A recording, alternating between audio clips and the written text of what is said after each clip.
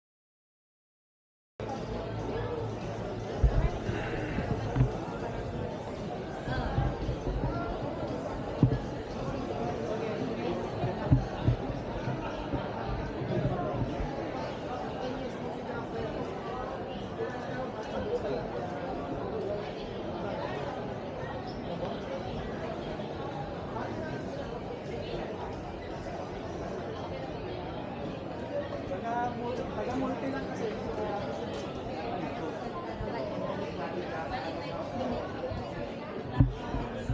Very advanced ang medicine. Ayun.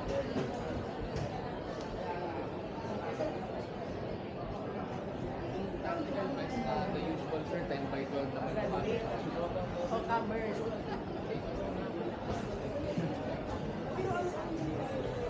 Pero ano requirements ng ano, service? Hindi. Galing sa ibang araw. Kaya. Pwede pa ba ang 40 plus? Pwede ang Okay. Basta in good condition. No?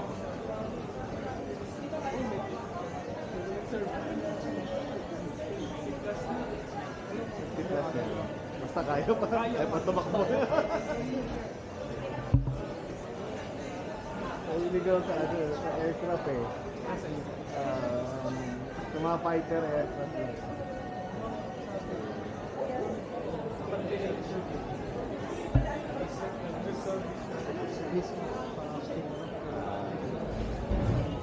Sige sir. Thank you.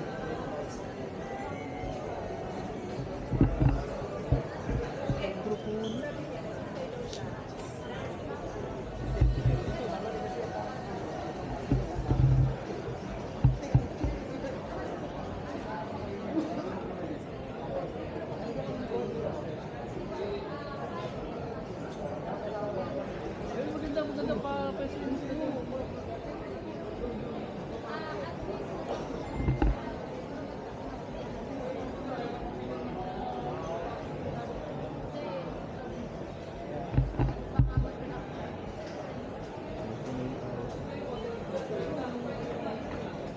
Pag ganun lang, ma'am. Pagkano? Pag ganun lang, hindi yung 99 pag ganyan. Yung styro ba? 350 lang, sir. Ay, Buto lang, ha? Ay, 500 para isang set. bali, Nabukot. meron po kaming set na sa ano lang po siya, pag complete package na po, one good. Wala nang binigyan. Wala Basta na may po, solution lang. No? observe na lang po. Kailan siya papalitan? Or kailan siya magdadagdag ng... Pag once po na hindi na naabot ng testing quality, dun po kayo magtatag. Kasi yung roots po, siya yung nag-absorb, nakababad po. So once na hindi na nakadikit, dagdag ako ng solution. Nga naman. Wala na siya ka-absorb. Ay, yung design. Meron mo kang ganito ba? Oh, wala po. Di ba ilan po na nilagyan natin? Okay na tawag ka. Ayun pa sa website. Ah, yung picture. Gusto mo sa set lang na lang. Cute pala yun. Oo. Para doon sa hindi nakapicture. Lahat. Kumbaga grow light. Yung mga grow light, ilang volts yan? 220 volts. Yung fluorescent po, Hindi, yung voltahe. Ah. Pwede siya irekta ng 12 volts. Wala. Kasi iniisip ko kung, kunyari, rekta ko ng solar, nasa bunker ka sa ilalim ka ng ano. Basta may inverter lang, walang ano. May mga solar powered naman na sa mga indoor system. Nasa loob. Galing no? May group ba yan, sir? May mga group yung mga Sa mga hydroponics group. Thank you. Balik ako, sir. Ikot lang ako. ay wala. Ay, pwede po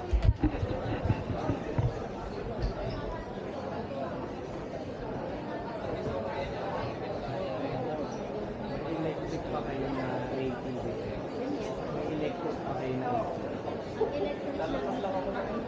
Ang electric namin. Tapos meron kami sir may 50,000 kami. The rest po from 1.5 na displacement gas award. Sinong Pang-kids po. pang-kids yung mababang Opo, mababa? yung maliit sir. Thank you. Sige Salamat. sir. Sa kwenta yung sa kids. Yes po sir. Thank you. Nandito siya sa itsura.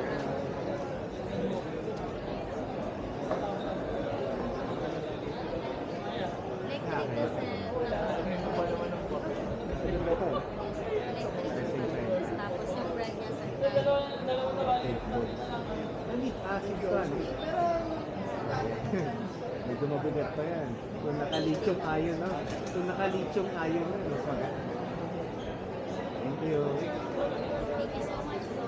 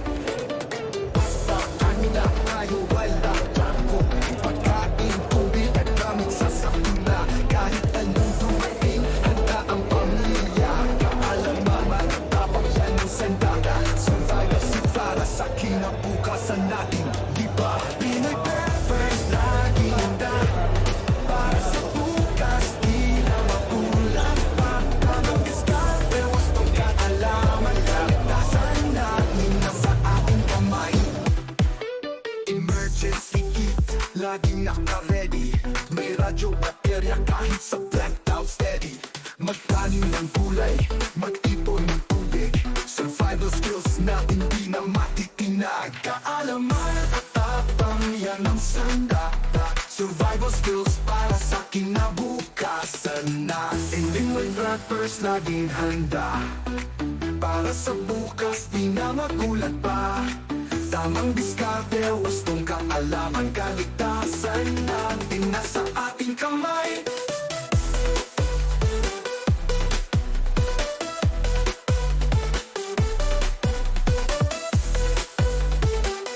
Kaligtasan natin nasa ating kamay. Emergency kit, laging Laging naka-ready, may radyo, baterya kahit sa blackout steady. Magtanim ng gulay, magtipon ng tubig, survival skills natin di na makitinag. Kaalaman at tapang yan. Bagyo men, umingko, pausunog. Basta kanya tayo wala takot. May pagkain, tubig at gamit sa sakuna. Kahit anong dumating, handa ang pamilya. Kaalaman at tapang yan ang sandata. Survival suit para sa kinabukasan natin, diba? Pinoy Peppers, laging handa.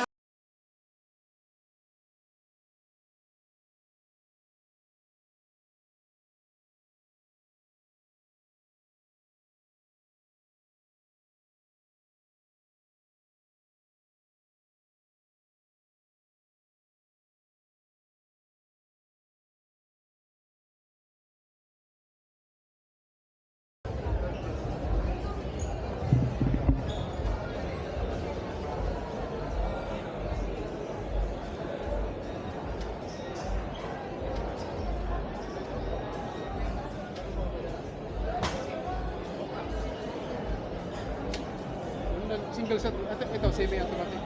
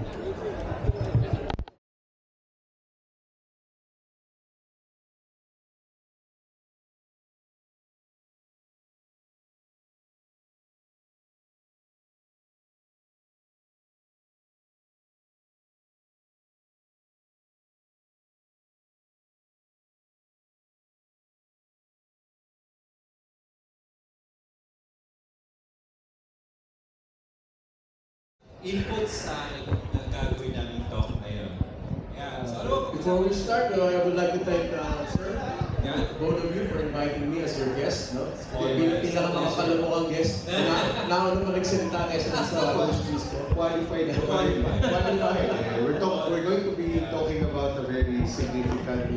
Yes. That's why we're inviting everyone, sir, to sit down here. This is a very important, very informative, and very life-saving Yes. information for all of us. And of course, ano kasi ito, it entails responsibility. Talaga ba? Yeah. Talaga ba gusto mong magkaroon ng firearm? Go ahead, but it takes responsibility. Tamaan mo yung sarili mo, loved one, hindi lang yung kalaban. And again, tao pa rin yan eh. Yeah, responsibility, safety. Pagkatapos nandito lahat yung ating mga products. Yes. And then, para saan ba talaga yan? Ano bang intention natin dyan? Yes. And then we need to have yung, there's a very good product line up ng arms store with the products na nandun yung iba-ibang caliber. Yun, makikita ninyo. Related yun sa topic natin today. Yan. Kasi topic nga po natin ay more on wood ballistics. Then again, we're not here as experts to tell others, ito dapat ang caliber na kunin mo, ito ang ano mo, for what use, for home intrusion, for mga vermins, nag-hunting ka. We cannot really be an expert on all of that, but we will show you what could be the effect. No? Siguro no? It will be more, that's why I'm happy si Sir Mark nandito. Oo. From an instructor from Firearms different firearms yes. instructor, a different aspect. Oo. Pagkatapos si Sir Luis, yung mga emergency at partner ko ng mga paramedical sa emergency medical services. And then siguro we'll be sharing yung mga thoughts and experiences natin dyan. Kung ano yung appearance dun sa inyo, ako sasalo. Yeah. Oo. Kasi ako sumasalo sa ospital. Palagi nila sinasabi, people are just dying to see him. Yan. Kasi sa ER po siya. So sana pag dinala nyo doon, di ba, maka-friendly fire nangyari, sana hindi ganun nangyari, mas maingat tayo, eh affected pa rin po how the victim will reach the hospital to get proper medical care. So yung pinaka-topics natin ngayon, work. Ayaw. Manual tignan mo ka. Ayun. Teka. Ayun na yan. Forward na. Ayan. Alright. Here you go. Okay, so yung Yeah. pinaka-topics natin, mapag-usapan. Ballistics gel. Gel. Oo, para sa buhok. Yan. Yeah. Halata ang edad ng mga Spray it out. yan, ang mga lolo namin. Lolo namin. Okay. So the gun, ano ba yung about the firearm? If makikita mo how it actually behaves, ano ba yung gagawin? Even the trajectory. Correct. See, no? Correct. Did it fumble? Did it go sideways? Did it go away? Saka yun yung ano eh. Pag sinabi mong wound ballistics, yun yung hindi lang wound. Bakit nagkaroon ng wound? Sa nagsisimula, mula doon sa muzzle, paano lumabas, ano ngayon yung dynamics. And I think si Sir Louie, ang isang expert siya, being a physics and a mathematician major. BS Math major. Oo, sa math. Wala akong course na naman. BS Math po ang course. Okay, but you're correct. Kasi marami yung question na, ang liit naman ang liit ng pasok. Tapos yung sa labas, okay, so alam ko entry-exit, mas malaki yung exit mo. Pero paano sinabi ng doktor, sabog daw yung ganitong organ? Okay, maybe ito rin yung limits ng ballistic niya kasi para po siyang napakakapal lang na balat. Of course, hindi pa kasama yung buto, other density ng organs, hollow ba yung organ, yan ang expertise to discuss ni Doc. So that's about as good as close as we can get to ballistic gel. May question? No, it's not here. So I'm from the U.S. Okay. I want to know the highest caliber that I can roll Here. here. 7.62 or 5.56? 556. Just 5.56. Yes, sir. It should be in a semi-automatic mode, not full auto. So my question is, the enemy of the Philippines, you know, around us are China. Yes, And they have they're using 7.62, right? Exactly. Yeah, Does that make sense to you? Probably more. It doesn't make sense to me. Yeah, it doesn't make sense to us also. So. Is that gonna change anytime soon, or We hope. how's that gonna work? You know, because Well, in actually, the US, we have our own. What do you call it? The one that supplies the ammunition for us, sir. The arsenal. The arsenal. We have our DND, Department of National Defense Arsenal. Most of the productions that they can make is for the 5.56. Since these calibers are the one that was being supplied even before we have the capability by the NATO. So the NATO supplied us with this. They tried to improve it. Although I've also heard that they also make the 7.62, but only the M14, right? Not for the AK. So they're also making that, but with very few productions because they only have one machine for it, and it's specifically for the snipers, for the sniper rifles. So as for today, we are only limited to the 5.56, and it's the one. like it's unmatched. Like on They have a bigger No, ball. yeah. And They told me that they. Right? It's not fair, right?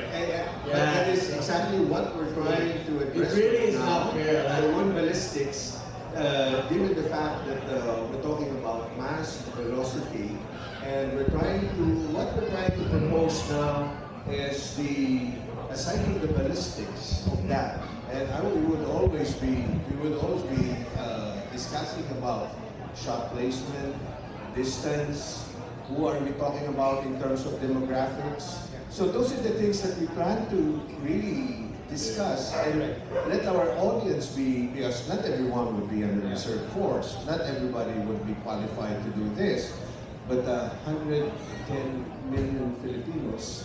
So how many in that particular percent if they just be allowed to get a 45, a 38, a 9mm PCC? Yeah. So that's what we're trying to propose here. That's part of our discussion. So we're trying to talk about here how practical is practical. Yeah. Given the fact, because those things are are sometimes being under control, be it by virtue of law, by virtue of availability. Yeah. So logistics. So how can we make the best out of that situation? And that's our that's our hope right now. But to pose those questions and check. And if we're only It's a given, nice question though. we're only given a 5.56. How would you do it knowing this? yeah. Where would your shot placements be? Yeah, How would center you mass do it? would be, it would be center mass. Yeah, That's what we're gonna try to cover. That's what we're trying to talk Yeah. about. That's So it doesn't mean like your 5.56 versus 7.62. Yeah, possibly head on. You're gonna be in trouble. But proper shot placement, since you know wood ballistics, where you're gonna hit them. You got hit by a 7.62 on the leg. You have a 38. You got hit by a 5.56 dead on the head. Even with a 38. we have. I'm just concerned with the current events going on right now. Yeah. You know, Actually, yeah. So with the U.S. will be in the Middle East, you know, all the aircraft Yeah. carriers will be there. That would leave the Philippines defenseless. That means China will take over Yeah. Taiwan anytime soon, Mhm. you know, for the next 72 hours. When that hits, you know, the Philippines will be next. And then it's like battling a slingshot, you know, back in the caveman days. You know, I try to be a skeptic, but rather than a cynic. Yeah. But I would like to learn from the history of the Philippines. For 400 years we Yeah. tried, and another 50 years, and Yes. another 20 years. So, I would believe. Let's start first on the common Filipino, on Yeah. what he or she can do for that particular. Because if we're not to think about it, and then based on our next actions and the next steps in an individual level, and then you start comparing it to a first world country technology, then that might be the picture that we're Yeah. painting. But remember, we have the scouts, we have the guerrilla warfare, World Yes. War II. We were able home court advantage. We have They might be able to bring down all our installations, but when they go inside, Correct. when they go in, I don't think that every Filipino has a gun. We have the paltik in the soup. Yeah. And even if they say we're starting out from a slingshot, so exactly our point. David Goliath, proper shot placement. Yeah. Slingshot but forehead. Yeah. So if That's you one of the understand topics, right? This topic. Proper shot placement. Wood You might ballistics. have a 5.56 or a 7.62. Yeah, exactly. I have a 22, but I know where to put it. And whether you're talking about the rifling, whether you have a rifling, or whether it's a smooth bore, Yeah. whether you're talking about a homemade thing, what do you do with it? correct. So I think that's Let's see. That's what we're proposing here. Let's see. Yeah. I'd love to converse with you after. No problem. Like, I appreciate your comments, but I definitely disagree. Because a velocity of 7.62 doesn't compare for a 22. Yeah, I know. So, we know so that. we can have like 9 mm Yeah. with a supply, but a person with a sniper rifle with a 7.62 can knock you out more than you can see them. Yeah, but what we're So- talking about here right now is what we have. Yes. We don't have a 7.62, so what do we do? Or not even a 300 blackout, Yeah. you know, or not even a 5.7. And you have to look at it in a bigger picture. We're talking about the calibers, but we're not yet talking about from small group tactics. We're not still talking about how we behave. We're not talking about socio-cultural, anthropological. I was posting about history. We can agree to disagree regarding your proposal. But then again, let us go through our presentation because at 7.62, we don't have it here. So we are going to talk about what we have, what we propose, what we can do. And I guess that's also a factor. If you're 22, even if you're small 22, it's a legal firearm. You always bring it to the range. 24/7, let's just exaggerate. And you can't bring your 5.56, even your 7.62 on the range. Look at that. Yun, yung temporary capital yan. Yung bigla mo yan. Power dump. Oh, ang liit na. Tapos Pero, liit na. 0.22, pareho pinag-usapan natin, 2.2. Yeah, we're talking about the same diameter of an ammunition of the bullet, but with a different power of the 22 caliber. Yes. Yung powder charge ng 2 to 3, syempre mas malaki. But you're talking about the same diameter. 0.2 to 3, that's 1,000 of an inch na yung 3. So kita nyo ang dating sa energy, di ba? Ang laki nung naiiwan bago yun mo yun. sa Yan yung very damaging. Yan yung hinahanap namin. Saan siya dumaan? Kasi doon yung temporary cavity. More than, nasan yung bullet? Hahanapin namin saan yung track. So, anong organs ang dinaanan yan? If it's sa solid bone, sa heart, sa liver, again. Isipin mo ganyan kalaki yung space sa liver. Kasama mo rin yung blood vessel. Blood vessels talaga. Yeah. Okay, so medyo...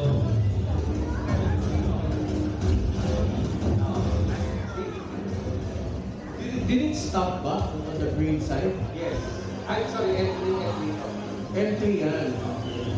Pumasok dito lumabas. So, yan, di ba? So, ang dami. Kaya nung diniscuss namin una yung ballistics gel, so you would understand, ito hindi mo makikita sa tao, but simulated na panay balat si tao, isipin mo yan. Diba? Much more if you have organs there in blood vessels. Talaga, malakas. So going through, okay, with all of that, paano naman daw na lang yung ating equipment to help stop, no? The, ganito, karoon ng wound from ballistics, from guns. Of course, I'll go for the quick basics. Okay? For your basic personal protective equipment, when firing, na-include na rin po yung pananay nag-sombrero nga. Kasi baka yung shell na nag-eject pumasok between your glasses and yung eyes. It's a lot, Yes. especially to me. Yeah. Kasi si Mark, sa rin sila sa Black Stand, mataas yung number of times na nagpa-firing siya. So yung probability, bumaba na pala yung salamin mo. May space na yan, burn yan. No? Diretsong burn yan. Other PPE, of course, your ear, then your eyes. Tourniquet. Talaga ba ito, yung tourniquet na napakarami na dyan. Kay Black Octopus meron sa iba dyan. Okay, na tourniquet. Importante, dapat may dala. Going to the range. Well, first aid kit. First aid. In general. Oo. Talagang, Out of cost. ang malungkot, we have to learn it from the unwanted scenario. Correct. Pero, ang tourniquet, yung pinag-aawayan, ano ba itong pronunciation? Tourniquet O tourniquet? tourniquet? Ang masasagot ko dyan, it doesn't matter whether it's tourniquet or tourniquet as long as you don't forget. Yes. Do not forget. Yan. Ang importante, meron ka na. Correct. Kasi, And you should be able to reach it. Yes.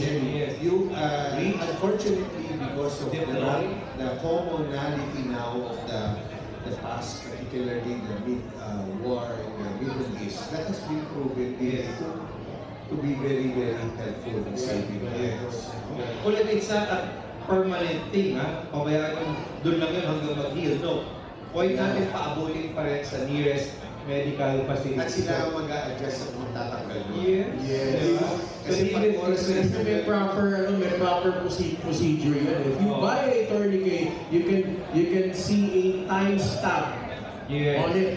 You have to put the time so that the doctors will know if this to a gunshot. Lalo ba katagal na yan? Yes. Ilang tourniquet na talaga? Depende sa ano yan.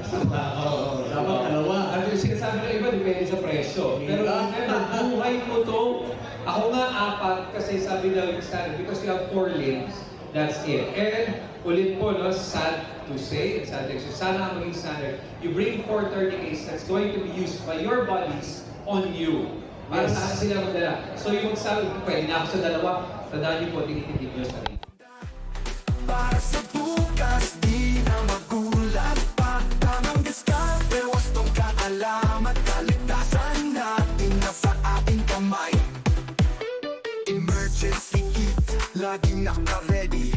May radyo, baterya, kahit sa blackout steady. Magtanim ng gulay, mag-ipon ng tubig. Survival skills na hindi na matitinag. Kaalaman at masamang bala. Next, nakarating ka na sa concert, nakarating ka na sa MOA Arena, o Philippine Arena for example, okay? Ikaw tong babae na to, yung nakaganon. Okay, ano na obserbahan nyo?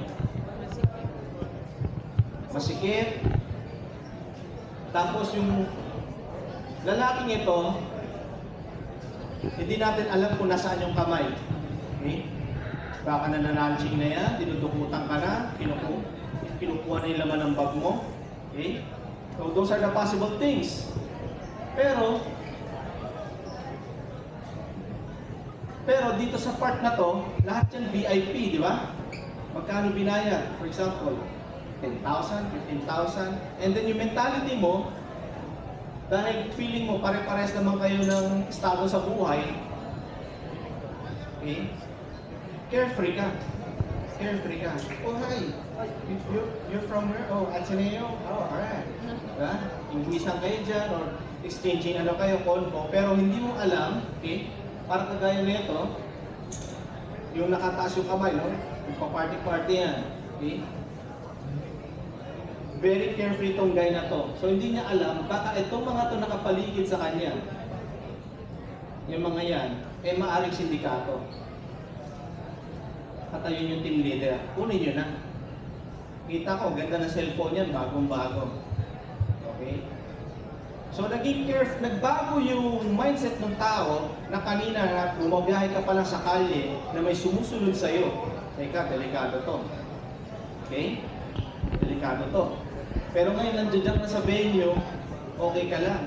Pero tandaan nyo, mga mamagser, pinupuntuhan ng mga sindikato yan. Kumukota yan. Bakit?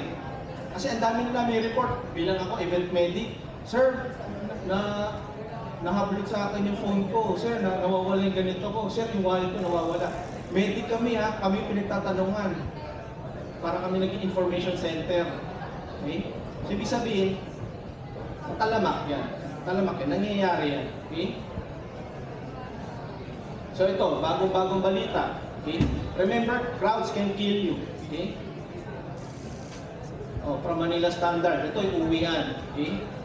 So, yung from Street Smart to Crowd Smart, susunduin mo yung anak mo, alam mo masikip na ganyan, magkipagsiksikan ka ba? Kasi baka mamaya niyan, isang tao lang dyan na medyo mainit na ulo, may siniko lang ng isa dyan. Dahil nasisiksik or what. So ano na mangyayari doon sa portion na yun? Magkakatirahan na yan or magkakagantihan na. And then maramdaman ng ibang tao sa paligid, may gulo na, takbuhan na yan. Okay? Kanya-kanyang pulasan na yan. E pag ikaw ay minalas-malas, okay? Pwede kang maipit sa isang alanganin na sitwasyon. Okay? Now, let's talk about types of crowds. So merong casual crowds, conventional crowds, expressive crowds, and active crowds. So ano ba yung casual crowds? Usually marites. Okay? Kung hindi interesting sa kanila yan, alis na yan. Pero kung medyo magandang labanan doon, magandang diskusyonan doon, ay tatambay yan. Diba? Kung pamarites yan, casual crowds. At wala na, tapos na. Kala ko, susultukin eh. Wala pala eh. Diba? Sayang lang yung bilag ko, kala ko. Content na. Okay? So next, conventional crowds. So ito yung mga tipong special events, occasion, religious ceremony, a political rally, or sporting events. Okay? Or kagaya na nangyayari ngayon, you can call this a convention. Diba? Samahan ng mga mahihilig sa baril. Okay? Wala dito, ang tawag dito yung event sa kabila sa SMX ngayon, yung para mga, yung the dress up, cosplay, diba? So, may kanya-kanyang ano yan, may kanya-kanyang venue, kanya-kanyang time. Okay? So, kagaya nito, lahat tayo dito is a convention of people who likes guns and ammos or tactical gears. Okay? Kagaya niya, dyan si Black Octopus, mga mahilig sa mga apparel. Okay? The next, expressive crowds. For example, dun sa inyong kumpanya, hindi kayo nataasan ng sweldo, may union kayo,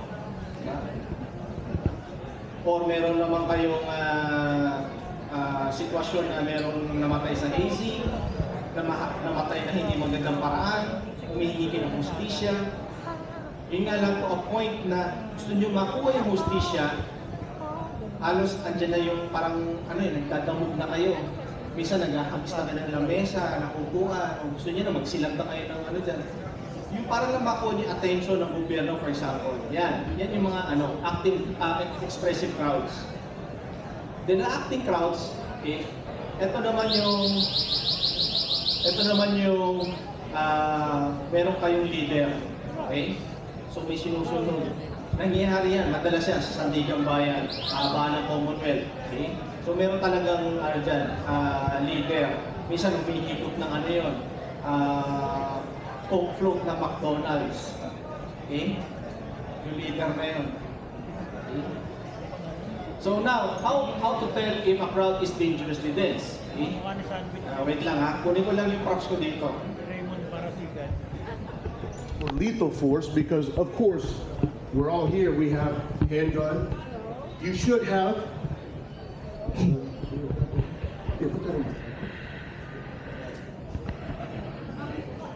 You should have a knife. You should have a second knife, actually, and you should have a flashlight. Okay? These are your tools, okay? Wherever you go, there are permissive and, of course, non-permissive environments. Sometimes you will be able to use your handgun or carry your handgun. Many places you won't, but you can still carry a knife. Or you carry the most convenient weapon of all time, which is right here. This.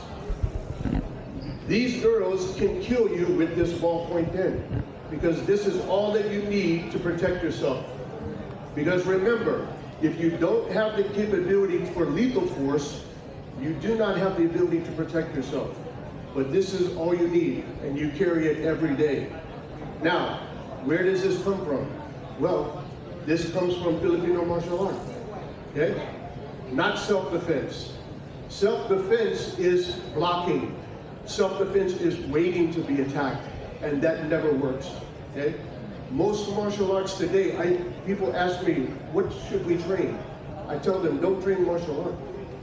Because it's mostly martial sports, not martial art. Martial art, what does the word martial mean? Of war, or the warrior, or the warrioress, or the lioness, okay? Because you always, has anybody heard of the unarmed forces? No. Everybody is armed. You always must have a weapon, which means you always have an advantage, okay? Never, ever walk around unarmed. Of course, the most important and the most effective weapon is what? What's the most effective weapon? Your brain. Your brain, okay? That's the most important weapon, okay? So, how long do you think it will take me to teach you how to protect yourself? I'm not saying defend, I'm talking about protect. Because when you get attacked, you attack the attack. That is what is effective. Waiting and blocking and defending does not work. It does not work. It will not work against a trained opponent, and it will not work against a crazy person or someone dedicated on actually doing you harm. But there are many component skills that are required for you to have this ability, okay? It's simple, but it's not easy, okay? In other words, what? You have to train. You have to have a minimum level of skill. But we can teach you how to protect yourself by attacking with a weapon of advantage in 5 minutes or less, actually. Okay? 5 minutes. And then if you do this every other day or every so often, you'll have the skill and you'll be confident wherever you go, okay? But the mind is the most important weapon and the most effective weapon. So you have to be able to do 3 things, actually. You have to be able to detect a threat. That's why you have to be aware, just like the presentations earlier about how you recognize threats or situations, environments that have some threats possible within them, okay? Those environmental threats. You have to be able to detect, meaning I have to be able to judge the distance between me and the threat. If I'm the threat, Kuka is already judging the distance. Same thing here. Okay? There's close range, which is what we call contact distance. Okay? And then there's extended arms range. Okay? different applications of striking, okay? Different applications of striking. So you have to be able to detect, you have to be able to use your observation, okay? Number two, you have to be able to deter and avoid, okay? What's the deterrence? I guarantee you, if I take this out and I start striking like that, I don't think anybody worries are gonna mess with me, okay? They're not gonna mess, if the girls do that, do that. Yeah, strike 1 and 2. No, exactly. You're not gonna do that. You're not gonna walk into that. Okay? So all you need to do is actually strike on the X, okay? This is an intelligent method of fighting. This is a science, okay? It involves human body mechanics, how we move the body properly. It involves geometry. You have to be able to see the diagonal, the horizontal, and the vertical, okay? Because those are the lines of attack. Diagonal, horizontal, vertical. Thrusting also, okay? You can defend yourself against these types.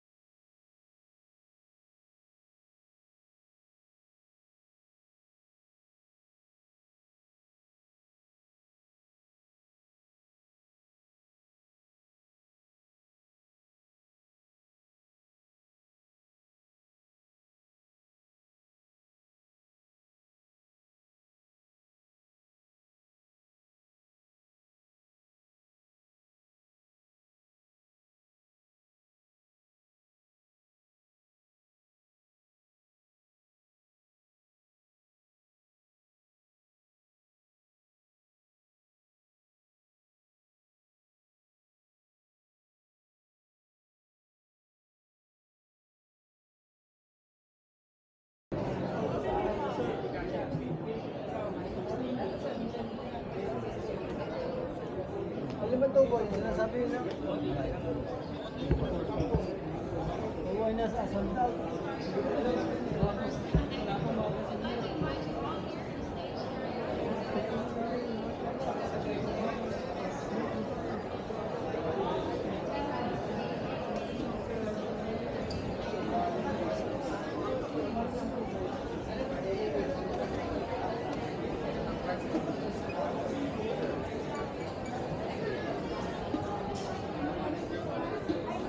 Sasabihin yung pangalan.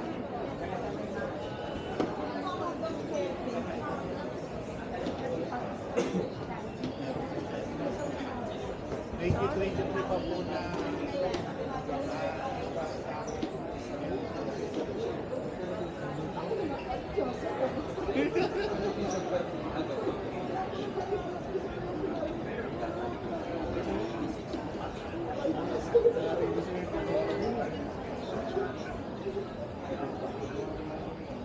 kaya lang bihira lang kasi mga early na kailangan.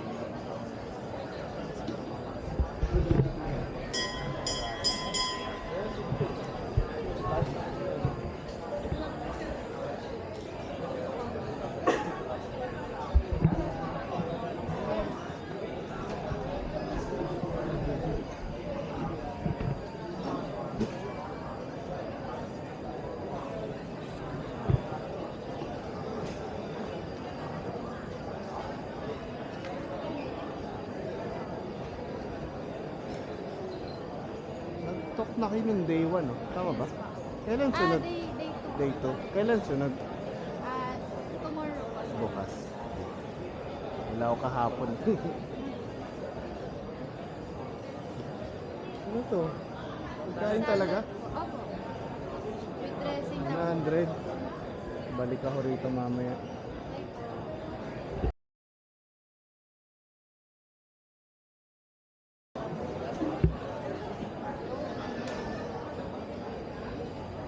Ano input dito kuya? Ilang volts? Baka 12 lang to eh. Sa ilaw.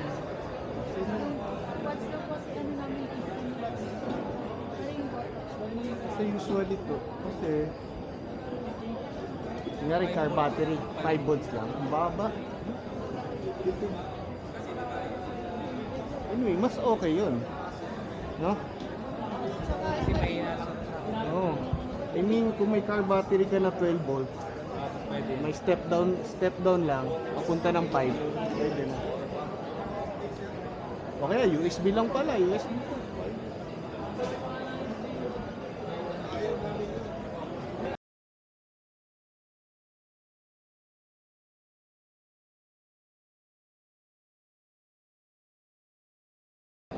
Maganda yung mga ano eh, mga indoor plants eh.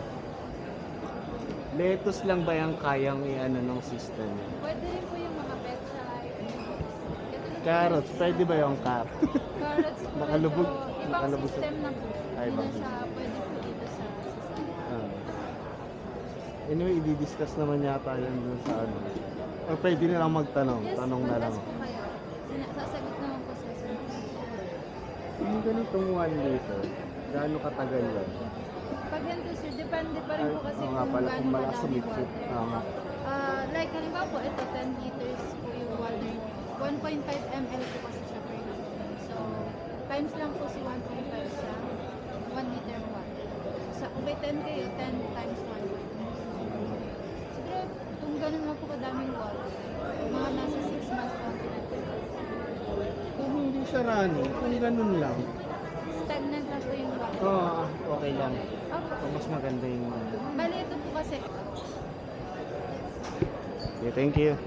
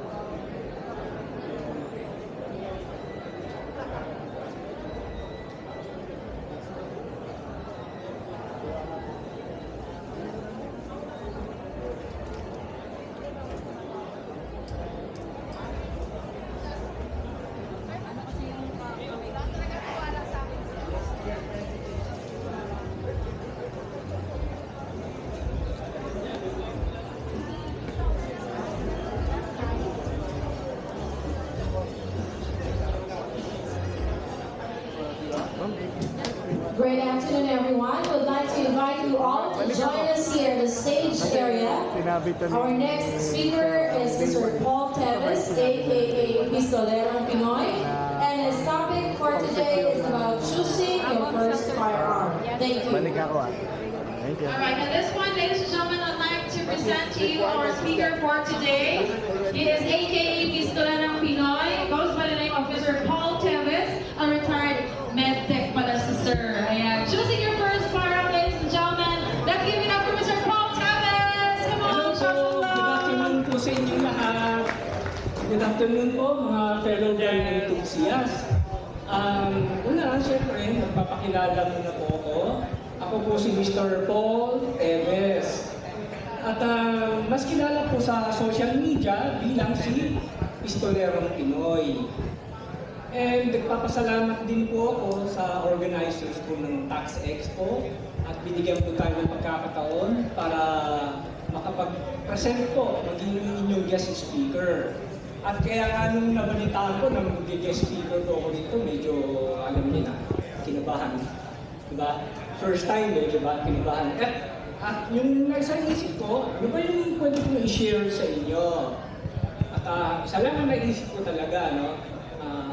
May mga nagpupunta rito sa mga gun shows, lalo ngayon sa Tax Expo, upang mamili or bumili ng kanilang first firearm.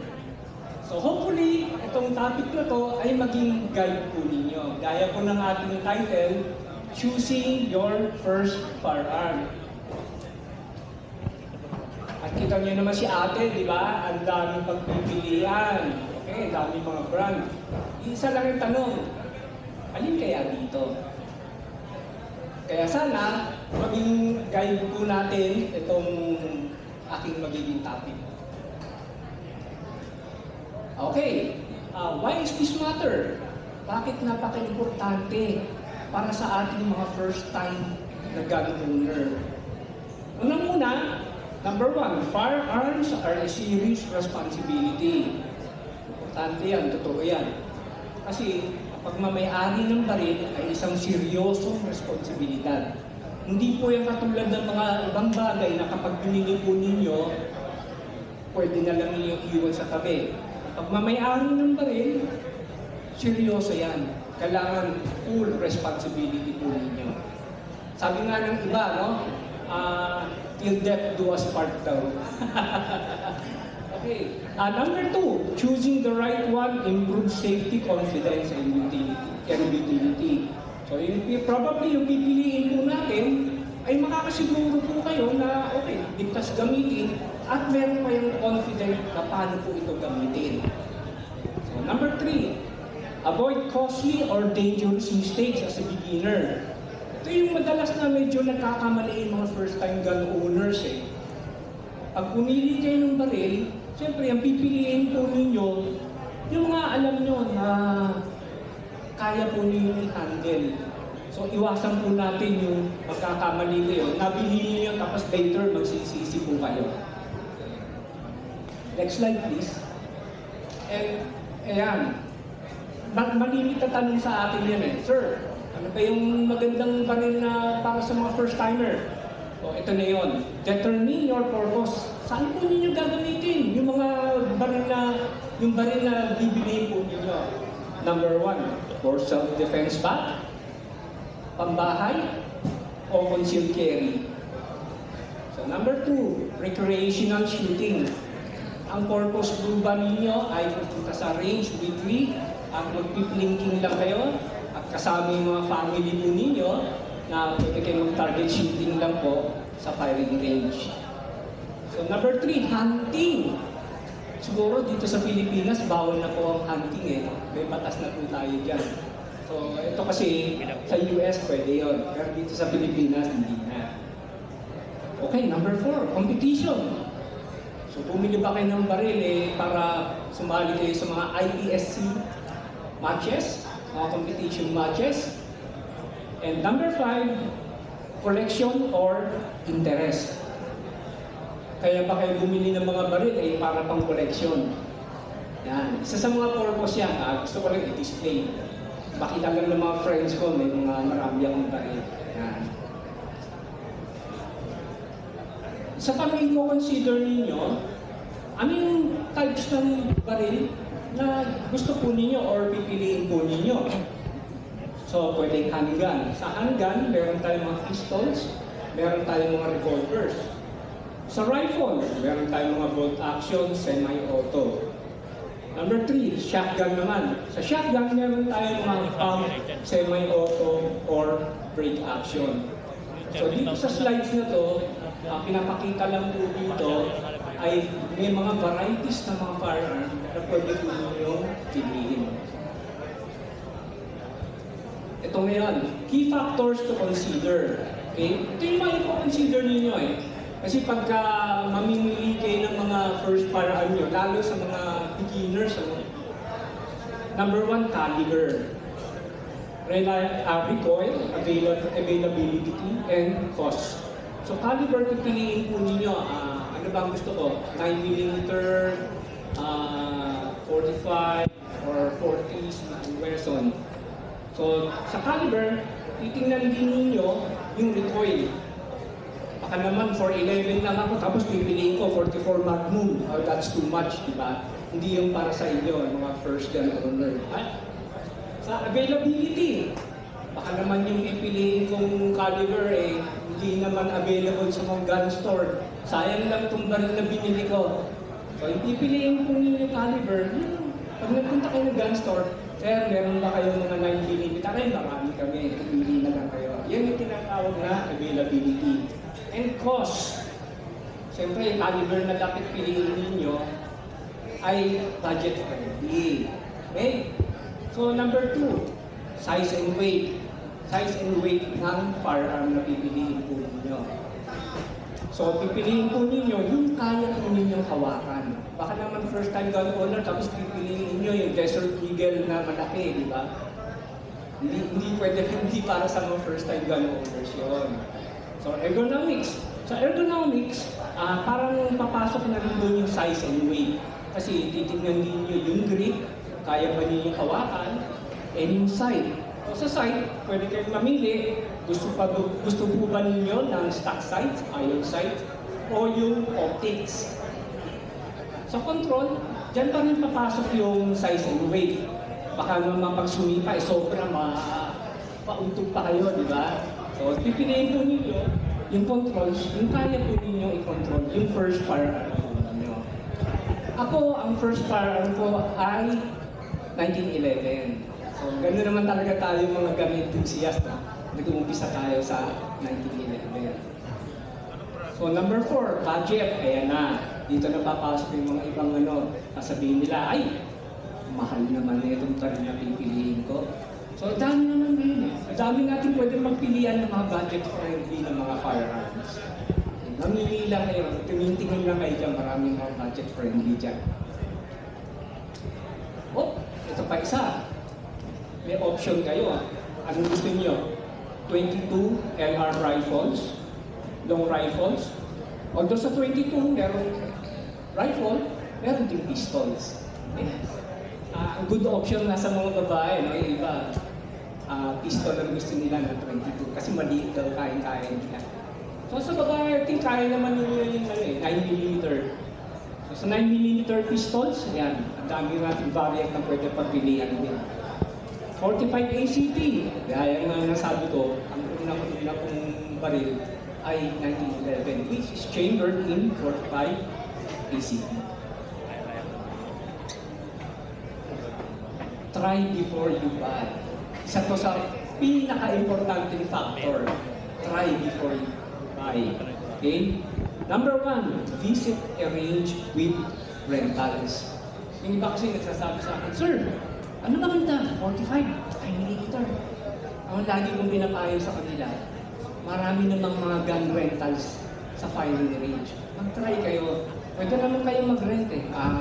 Siyempre, meron na kayo nasa isip, gusto ko 1911.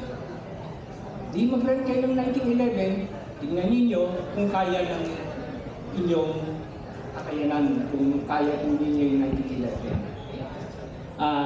Ito, number 2, as experienced shooter. Yan. Isa to sa mga ibang parang ibang patawag ng mga bagito, nahihiya silang magtanong. Okay? Kami naman mga seasoned shooter o yung mga veterano, hindi naman kami mga suplado. Pwede naman kayo magtanong, halimbawa, nasa range kayo, tumitingin-tingin kayo, Sir, okay ba yung unit mo? Baka pwedeng pa-testing. Ika nga sabi ng isang brand ng gamot, huwag po kayong mahihiyang magtanong. Yan, okay. Hindi naman kami masuplado, sir. Mga gun owner, suplado ba kayo? Pag may lumapit ba sa inyo na mga bagitong shooter? Hindi, di ba? Okay. Ito, isa sa importante ito.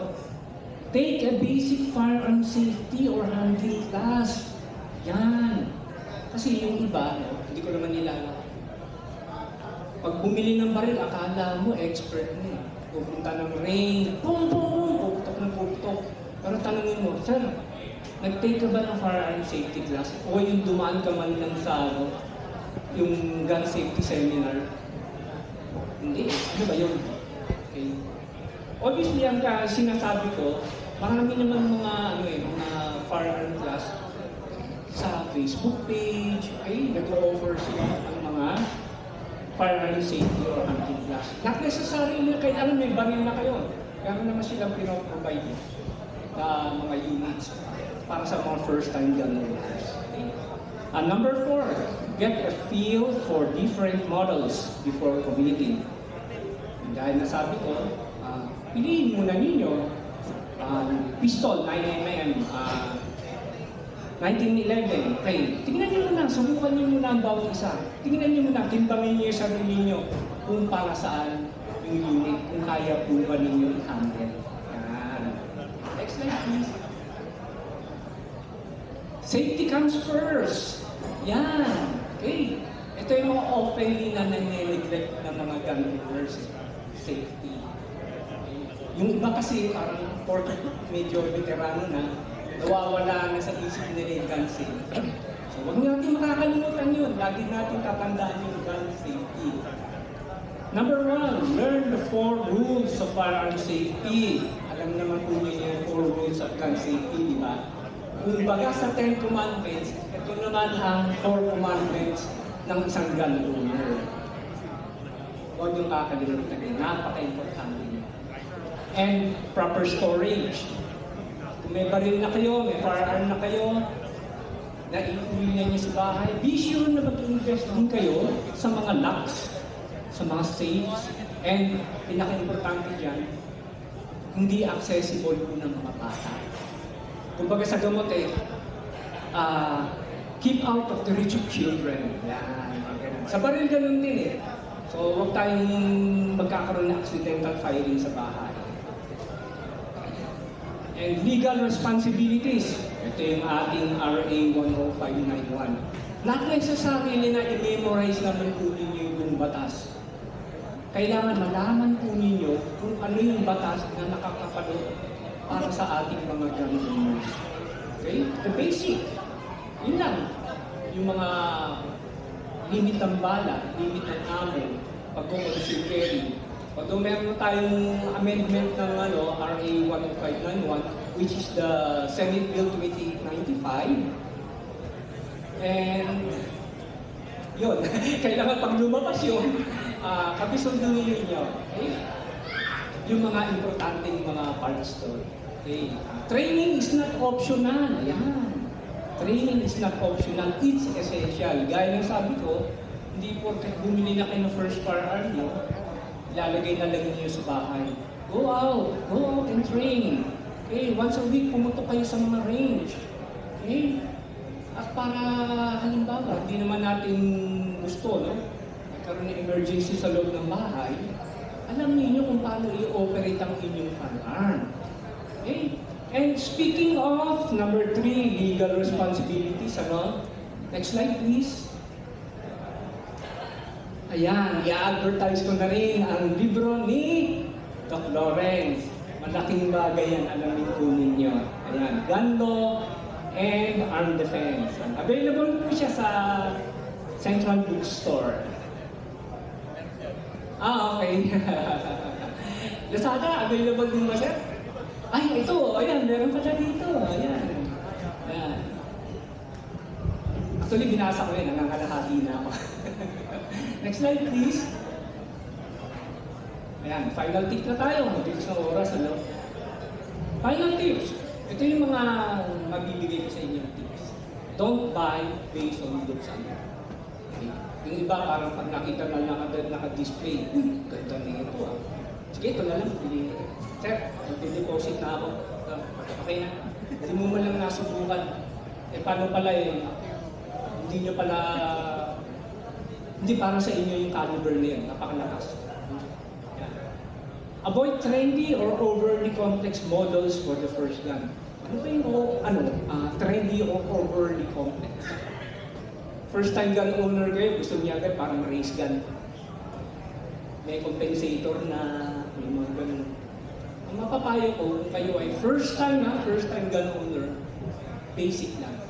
Basic lang. Okay? Iron sight.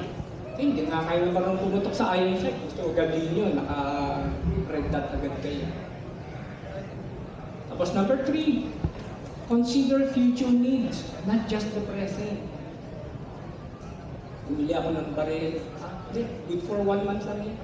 Hindi ko na iisipin kung masisira o hindi. Gaya ng sabi ko, pag may-ari po ng baril ay isang napakalaking responsibility. Yung baril na bibilihin po ninyo, be sure, nakatagal po sa inyo.